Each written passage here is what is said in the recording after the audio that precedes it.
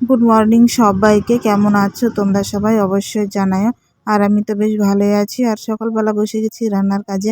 আর কি বলতো, বাড়িতে লেবার আছে, ওই জন্য তাড়াহুড়ো করে রান্না বান্না করতে হচ্ছে। রান্না কিন্তু আমি আর আমার নানি দুজন মিলে করি। মা তো অতটা করে না, মা এমনি বাড়ির কাজে একটু ব্যস্ত থাকে, আর আমাদের দুজনকে রান্না বান্না করতে হয়। কিন্তু ঠান্ডার কারণে ওই যে বললাম উঠতে পারছে না। আর আমি না ধনেপাতার চাটনি করবো, ধনেপাতা আছে একটু, তার সঙ্গে একটু আলু মিক্সড করে দেবো, আর একটু আছে তো হবেও না সবার। মানে ২ জন লেবার আছে আর বাড়িতে আমরা আছি ৫ জন। এদিকে সবজি হয়ে গেছে আমার, ফুলকপি দিয়ে রান্না করেছি, আলু, বেগুন, টমেটো দিয়ে, মানে বেশ সুন্দর মাছ দিয়ে ঝোল করেছি। আর এদিকে আমার ধনে চাটনি হয়ে গেছে, মানে ১ম বার করলাম আলু সিদ্ধ করে দিয়ে ধনেপাতা দিয়ে, মানে ধনেপাতা একটু ছিল তো। আর এদিকে দেখো মাথার মানে আঁচড়ানোর টাইম পাচ্ছি না, আর মাথার বেরুনি করেছি কালকে, এখনো পর্যন্ত বেরুনি খুলিনি। আর আমি মাথার বেরুনি মানে চুল বাঁধলে না খোলার ইচ্ছে করে না, বিরক্ত লাগে আমাকে। তো যেরকম বাঁধা থাকে ওরকমই থাকে, একবারে স্নান করব তারপরে আবার খুলবো। আর এদিকে আমার ভাইকে দেখো এত ঠান্ডা লেগে গেছে, চোকার পাড়ে বসে আছে। আর বাড়িতে আমাদের কাজ দেখো, এখন একদম খাওয়া দাওয়া করে আবার কাজে লেগে গেছি, কারণ খাওয়া দাওয়ার আগে তো এইসব কাজে হাত দেওয়া যাবে না। ওই জন্য খাওয়ার দাওয়ার হয়ে গেছে আমাদের, আর ওদের সঙ্গে একটু হেল্প করে দিচ্ছি কাজে, যাতে তাড়াতাড়ি হয়। আর আমি না খড়গুলোকে একটু তাড়াতাড়ি এগিয়ে দিচ্ছি, আর ওইভাবে নিয়ে যাচ্ছে ওখানে। আর আমার ভাই দেখো, ও নিয়ে যাই দিবে, তারপর ওটাকে তুলবে উপরে, আর উপরে একজন দাঁড়িয়ে আছে, দেখতে পাচ্ছ?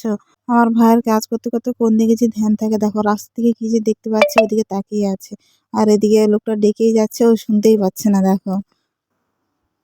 আর মাঠে তো কদিন থেকে না গরু ছাগল নিয়ে যেতে পারছি না, ঠান্ডা করছে খুব। আর মাঠের দিকে বাতাস, বাতাস তো আগেও ছিল, কিন্তু এখন কদিন থেকে ঠান্ডাটা খুব ঠান্ডা করছে।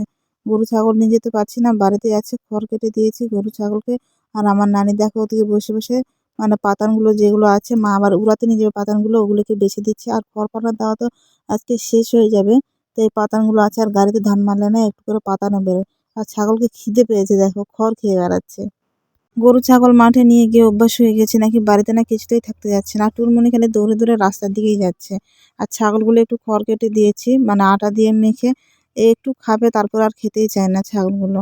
আর বিরক্ত হয়ে যাচ্ছি, বাড়িতে ছাগল নিয়ে যেতে পারছি না, কিছু না। তো খড় দেওয়া বাড়ির দিকে কিছুটা ছিল, তো ওগুলো দেওয়া শেষ হয়ে গেছে, আর খোলার দিকে একটু আছে। আর এরকম খড়পালা দেওয়া না আমি আগে দেখিনি, মানে দেখেছি বাঁশ দিয়ে যেভাবে তুলে দেয় সেটা আমি জানতাম না, কিন্তু সিস্টেমটা খুব ভালো করেছে, একজন উপরে থাকবে আর একজন বাঁশ দিয়ে উপরে তুলে দেবে। তো দেওয়া প্রায় মোটামুটি শেষই হয়ে গেছে, আর যেগুলো সামনে যেগুলো আছে ছিটানো, তো ওগুলোকে বেঁধে বেঁধে আমি দিব উপরে। মোটামুটি বাড়ির কাজ শেষ হলো, খড়পালা দেওয়া হয়ে গেলে পরে বাড়ির কাজ মোটামুটি শেষই। আর কোনো কাজকর্ম থাকলো না, তারপরে আবার আসলো ধান গাড়া। ধান গাড়া এখনো দেরি আছে, এখনো কয়দিন, তো অনেক দেরি আছে। কেবল তো বিচন আমাদের এখনো বড় বড় হয়নি, ছোট ছোট আছে। মানে খড়পালা দেওয়া হয়ে গেলে কাজ মোটামুটি শেষ হয়ে গেছে। আর মানে বাড়তি কাজ বাড়িতে নেই, আর খাওয়া দাওয়া, গরু ছাগল নিয়ে যাওয়া, এতটুকুই। আর এই কাজগুলোর জন্য না আমি কোথাও যেতে পারি না, এই কাজগুলো নিয়ে সারাদিন পড়ে থাকতে হয়, আর মাঠে তো যেতে পারছি না। আমার ভাই না বাঁশটা অনেকক্ষণ থেকে মানে টানতে টানতে হাঁপিয়ে গেছি, তো আমার ভাইকে বলছি এবার তুই একটু রেস্ট কর, তারপরে আমি করছি। আর না শেষ হয়ে গেছে, এতটুকুই আছে। তো শেষেরটা ভাবছি আমিই টানবো, কারণ ওকে দেখেছি তো খুব ভালো লেগেছে। কেমন বলতো, যেরকম গল্পতে প্রথম প্রথম সেরকম।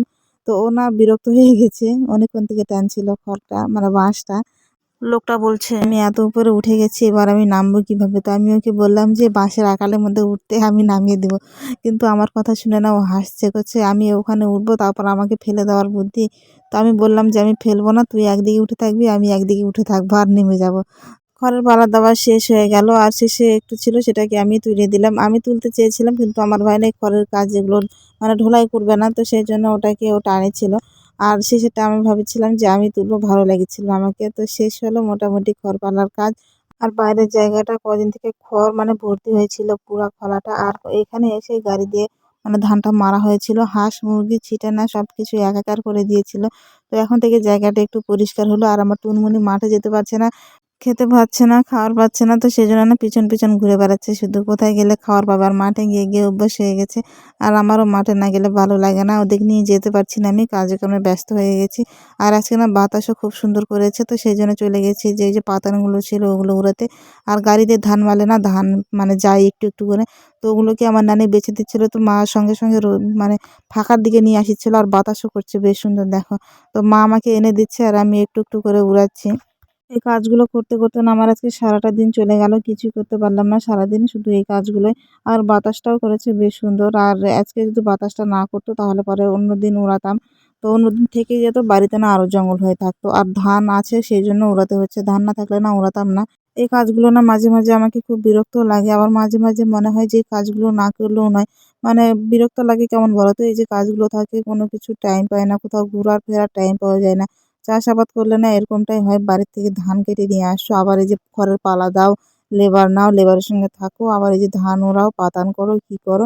এসব কাজ মাঝে মাঝে খুব বিরক্ত হয়ে যায়। আবার যখন কাজকর্ম থাকে না তখন না খুব বিরক্ত হয়ে যায় যে কাজকর্ম কিছু নেই, শুধু বাড়িতে একা একা বসে আছি, মানে কোনো কাজ থাকার পরে কাজ করতাম এসব মনে হয়। তো যাই হোক, এসব কাজ কোনোদিন শেষ হবার নয়। আর যারা কৃষি কাজ করে মানে বাড়িতে চাষাবাদ করে তাদের তো কাজ কখনো শেষই হয় না।